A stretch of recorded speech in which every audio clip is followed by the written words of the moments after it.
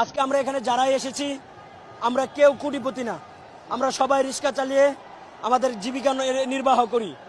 আজকে পেটের দায়ে ফ্যামিলির ভরণ পোষণের কারণে আমরা অনেক শিক্ষিত ছাত্র সমাজ আজকে রিক্সা চালাই। লোক লজ্জার ভয় আমরা বলতে পারি না। আজকে আমরা এখানে এই যে আমার শ্রদ্ধেয় বড় ভাই সে তিতুমির কলেজের স্টুডেন্ট, সেও রিক্সা চালায় তার পরিবার পরিচালনা করার জন্য।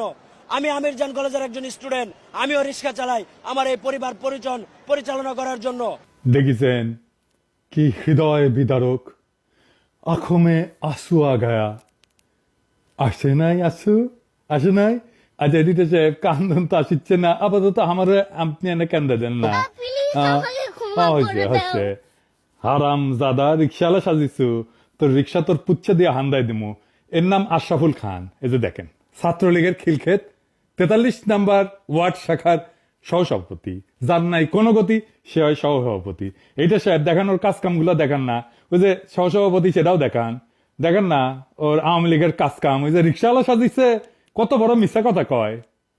সেনাবাহিনী ওরে ধরেন, আগে রিক্সালি ঘর খায় সিধা করে দেন, আর রিক্সাওয়ালা ভাইরা যার তার কথায় নামেন না রাস্তায়। সমস্যা আছে, আমরা তো আছি। কে যেন রিট করেছে ব্যাটারি চালিত রিক্সা বন্ধ করার জন্য। প্রধান বিচারপতি এটা আপনারে কইতেছি, এইসব রিট পিট যেন গ্রহণ করা না হয়। এই সমস্ত দরিদ্র বিরোধী পদক্ষেপ শুরুতেই বন্ধ করে দেওয়া উচিত। ব্যাটারি চালিত রিক্সা থাকবে, কেউ এটা বন্ধ করতে পারবে না, কারো ক্ষমতা নাই, কেউ যেন বন্ধ করার চেষ্টা না করে। ব্যাটারি চালিত রিক্সা বন্ধ করলে আমি করলে ঢাকা শহরে তো আগুন জ্বালায় দিব, আদালতেও আগুন জ্বালায় দিব।